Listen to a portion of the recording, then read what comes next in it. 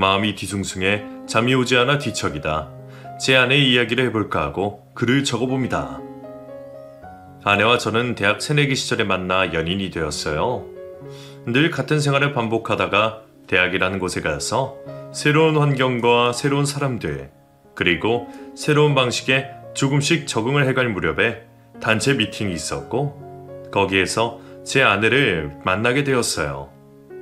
수줍음이 많던 아내는 말수도 적었고 다른 사람들에 비해서 눈에 띄지도 않았어요. 하지만 제 눈에는 많은 사람들 중에서 아내만 보였고 다른 사람들의 이야기를 들으며 조심스레 웃고 있는 아내의 모습이 보기 좋았어요. 서로 마음에 드는 사람과 1대1 데이트를 하기 위해서 자리를 옮겼고 저 역시 아내에게 마음을 전했어요. 아내와 함께 자리를 옮겨서 이런저런 이야기를 나누었어요. 첫인상부터 좋았던 아내였는데 대화를 하다 보니 더 좋은 사람이라는 생각이 들었어요. 저희는 친구처럼 편안하게 지내자는 말과 함께 헤어졌고 그 뒤로 마주치면 인사를 하고 안부를 물었어요. 그러다 차츰 여러 명의 친구들과 같이 모임을 가지면서 아내와 더 친해지게 되었고 동갑인데다가 둘 다 어렸을 때 어머니가 돌아가시고 아버지와 함께 살고 있다는 공통점도 가지고 있었기에 금방 연인으로 발전할 수 있게 되었어요. 대학 시절 제 옆에는 항상 아내가 있다고 생각하면 될 정도로 저희는 늘 붙어 다녔고 늘 함께 했어요. 그러다 보니 소소한 일로 다투는 일도 많았지만 금세 풀어지곤 했어요. 제가 훈련소에 갈 때에도 저를 따라와 제가 이발하는 모습도 같이 보고 맛있는 음식도 먹고 웃으며 저를 보내주었어요. 군생활 동안에도 아내는 고무신을 거꾸로 신지 않고 매일 저에게 편지를 써주며 저를 기다려주었고 먼저 대학을 졸업하고 취업을 하게 된 아내는 학생이 돈이 어디 있냐며 소소하게 저를 챙겨주었어요. 몇 년이란 시간이 지나고 저 역시 대학을 졸업하고 직장을 다니며 어느 정도 안정된 생활이 되었다 생각했을 때 저는 아내에게 고백을 했고 저희는 결혼을 하기로 했어요. 둘 다 워낙 검소하게 자란 환경 탓에 불필요한 것은 하지 않고 친한 지인들만 초대해 간소하게 결혼식을 올렸어요. 연애를 오래 해서 결혼을 해도 별다른 느낌이 없을 줄 알았는데 결혼은 연애를 하던 때와는 또 다른 느낌이었어요. 아내가 차려주는 따뜻한 밥을 먹으며 출근을 하고 또 퇴근을 하고 집에 돌아오면 저를 반겨주는 아내가 있다는 것이 너무 행복했어요.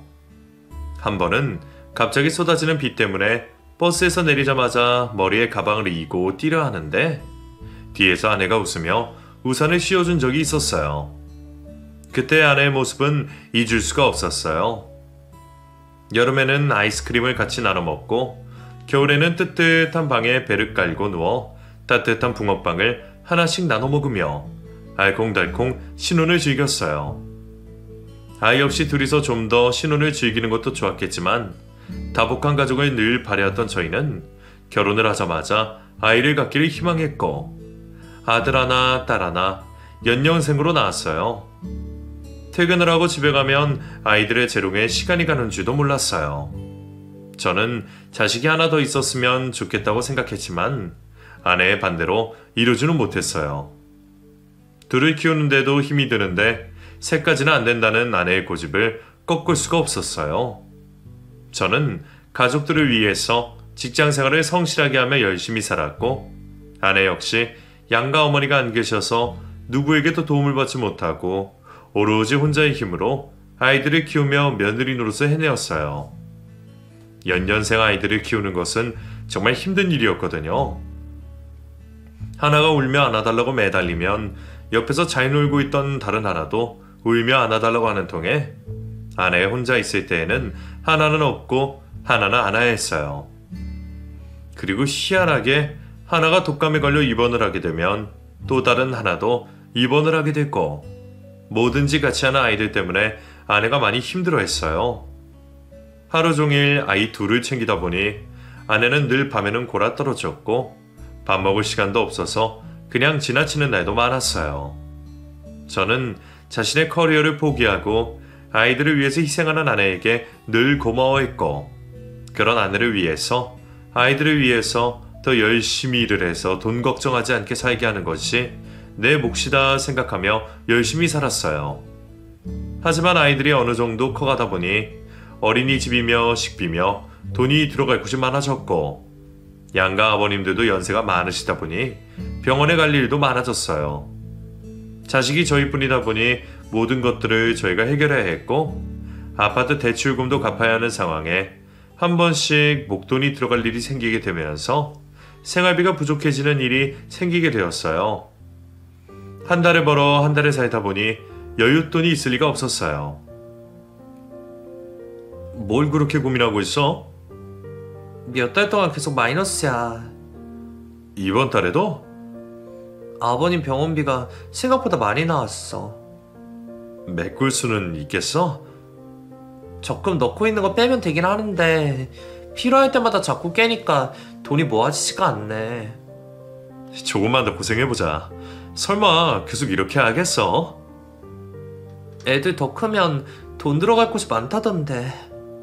걱정하지 마. 돈 걱정을 하고 있는 아내를 보니 저는 안 되겠다 싶어 퇴근을 하고 난 후에 할 수 있는 일자리를 알아봤어요. 짧은 시간 동안 할 수 있는 일을 찾는 것은 어려웠어요. 거의 대부분이 배달 일이었고 야간 업무를 하는 곳은 제가 살고 있는 집에서 조금 떨어진 대중교통이 없는 곳이었어요. 지금은 차가 없어도 통근버스를 타고 다닐 수 있지만 늦은 밤까지 일을 하려면 차가 있어야겠다는 생각이 들었어요. 그래서 어쩔 수 없이 대출을 받아 차를 사게 되었어요.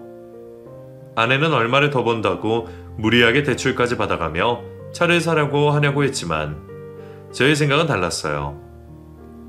일을 하려면 차는 필수였고 또 내 식구가 이동을 하기에도 차가 있으면 편하겠다고 생각했어요. 저는 일을 하기 위해서도 있지만 저희 가족을 위해서도 이제는 차가 필요하다고 생각했어요. 주문한 차가 나오고 저와 아내는 안전을 기도하며 고사를 지냈어요. 효과가 있는지 없는지는 모르겠지만 미신이라고 해도 안 하는 것보다는 나으니까요. 고사를 지내고 아내와 아이들을 태우고 동네 한 바퀴를 돌았어요. 아이들은 아빠도 이제 차가 있냐며 너무 좋아했어요. 처음에 차를 사는 것을 반대하던 아내는 저보다 더 좋아했어요.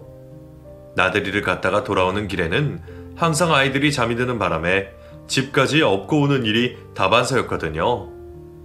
아이들도 어른들도 힘들었었는데 이제는 차로 이동을 하니 좀 더 편안하게 즐길 수 있겠다며 말하는 아내를 보니 그동안 많이 힘들었겠구나 싶었어요. 그래서 한 손으로 아내의 손을 잡아주었어요. 아내는 웃음을 지으며 저를 쳐다보았고 뒷자리에서는 아이들이 자기들끼리 깔깔거리며 웃고 떠들었어요. 저는 그 모습에 너무 행복했어요. 아이들이 항상 저렇게 웃으며 자랐으면 하는 바람이 생겼어요. 저는 퇴근을 하고 난 후 늦은 밤까지 일을 했고 한 번씩 일손이 부족하다는 지인의 가게에서도 일을 도와주며 악착같이 벌었어요. 낮 동안에는 회사에서 온갖 눈치를 보며 일을 하고 밤에는 대리운전 기사, 배달, 주말에는 마트 주차요원, 용역까지. 저는 일할 자리가 있으면 무슨 일이든 마다하지 않고 열심히 일을 했고 제가 열심히 일을 하는 만큼 돈도 벌었어요. 하지만 투잡이 기본인데다가 어떨 땐 쓰리잡까지 하게 되니 늘 피로와 싸워야 했고 몸이 많이 망가졌어요.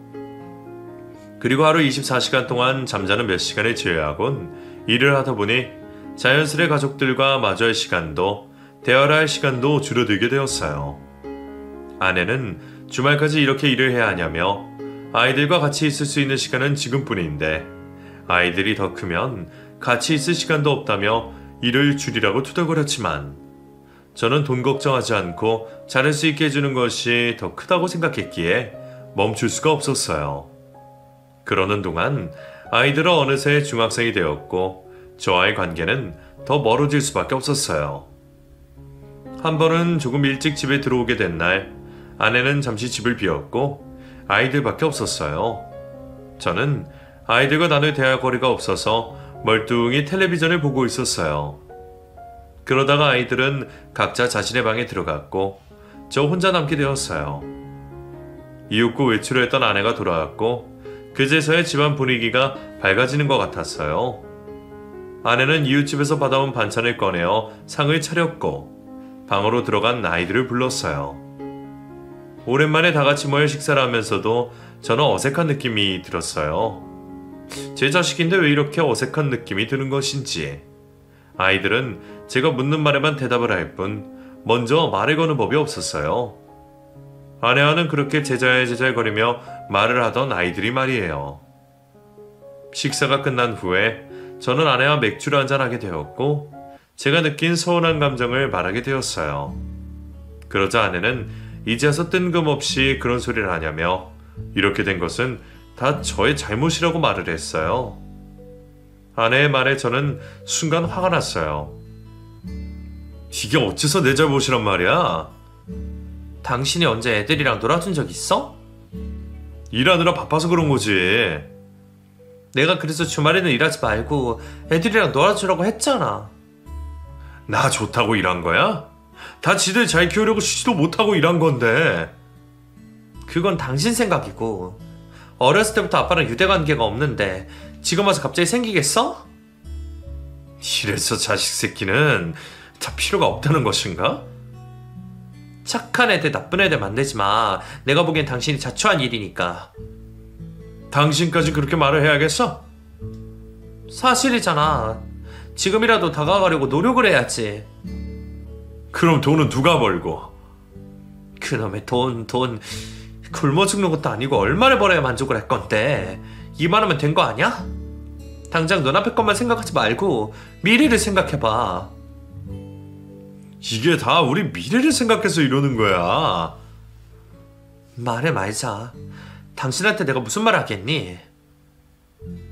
아내는 마시고 있던 맥주를 마저 마시고는 밖으로 나갔어요.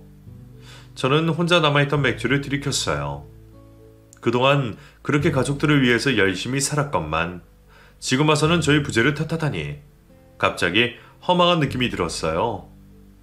이러려고 몸 아픈 것도 무시하며 열심히 일을 했나 제 자신이 너무 불쌍해 보였어요. 이제라도 일을 줄여야 하나 그런 생각을 하며 잠이 들었고 다음날 저는 또다시 일터로 향했고 또 열심히 일을 했어요. 지금은 아이들이 저를 이해하기가 힘이 들겠지만 어른이 되고 나면 저를 이해해 줄 거란 믿음을 가지고요. 그렇게 매일매일 똑같은 일상 속에 웃을 일 없이 살던 와중에 아들이 중학교를 졸업하게 되었고 아내는 고등학교에 진학하게 되면 지금보다 더 시간이 없을 테니 지금이라도 가족여행을 가자고 말했어요. 저는 아내의 말도 일리가 있는 듯하여 주말에 시간을 내어 가족여행을 떠났어요. 멀리까지는 가기에는 시간적인 여유가 없었기에 가까운 근교로 숙소를 알아보았고 다행히 저희가 가려는 날짜에 숙소가 하나가 비어 있었어요. 처음으로 가는 가족여행에 아이들도 들떠 있었어요. 숙소로 가는 길에 마트에 들어 장을 보았어요. 이것저것 먹고 싶은 것들을 담다 보니 가득 한가득 물건이 담겨졌어요. 아내는 누가 보면 2, 3일은 있다가 오는 줄 알겠다며 다 먹을 수 없으니 먹을 수 있는 만큼만 두고 다시 덜어내자고 말했어요. 그러자 아이들은 다 먹을 수 있다며 걱정하지 말라고 말을 하며 기어이 한가득 다 샀어요. 커피를 마시며 달리다 보니 금세 숙소에 도착을 했고 저희는 짐을 풀었어요. 초록빛 가득한 잔디밭이 햇살을 받으니 아무렇게나 찍어도 사진이 잘 나왔어요. 아이들은 서로 자신을 찍어달라며 포즈를 취하며 깔깔거렸어요. 이윽고 저녁이 되었고 여행에서 빠질 수 없는 바비큐를 준비했어요. 아내가 야채와 찌개를 준비하는 동안 저는 고기 구울 준비를 했어요. 제 옆에서 저를 지켜보던 아들은 자신도 해보고 싶다며 장갑을 끼고 나섰고 저는 한번 해보라며 집게를 넘겨주었어요. 아들은 자신만만한 표정을 지으며 고기를 앞뒤로 노릇노릇하게 구웠고 저는 먹기 좋게 잘라서 식탁으로 옮겼어요. 아내는 고기를 한 점 집어먹더니 너무 맛있다고 해주었고 아들은 신이나 싱글벙글이었어요. 집에서 먹는 것과 다름이 없었는데도 숙소에서 먹는 것은 또 다른 느낌이었어요. 처음으로 온 가족여행은 저희 가족에게는 뜻깊은 날이 되었고 너무나 즐거웠어요. 다음날 숙소에서 돌아온 저희는 아이들을 먼저 집에 내려주고 다시 차를 돌렸어요. 아내가 숙소에 지갑을 두고 오는 바람에 가지러 가야 했거든요. 그리 멀지 않았기에 저희는 단둘이 드라이브하는 마음으로 되돌아갔어요. 가는 차 안에서 간밤에 있었던 이야기를 하며 자주는 못하더라도 한 번씩은 이렇게 여행을 하자고 약속했어요. 숙소에 도착한 아내는 사장님께 지갑을 건네받았고 다시 집으로 향했어요.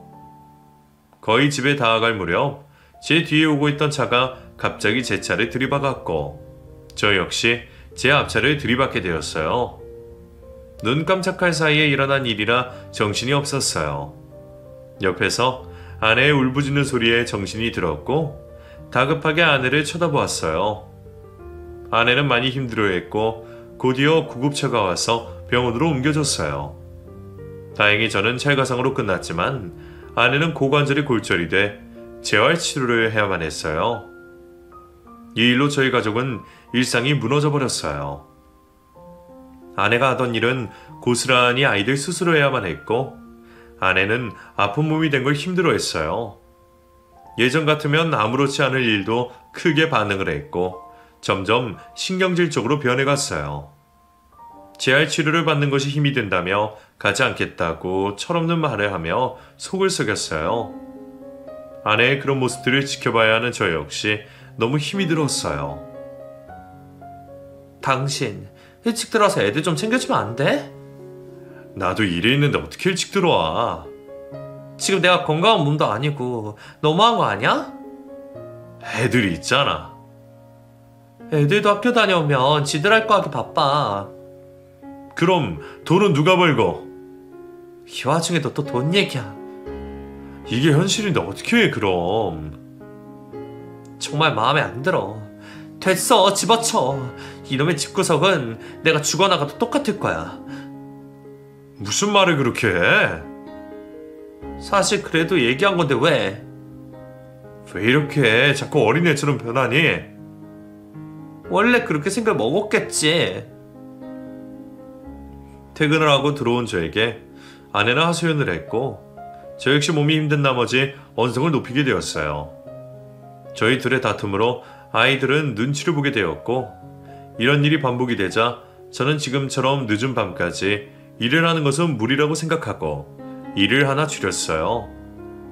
일을 마치고 집에 와서는 미뤄놓은 집안일을 하기 시작했고 처음에는 손발이 맞지 않았던 아이들과도 점차 역할이 분담이 되어 집안일도 척척하기 시작했어요.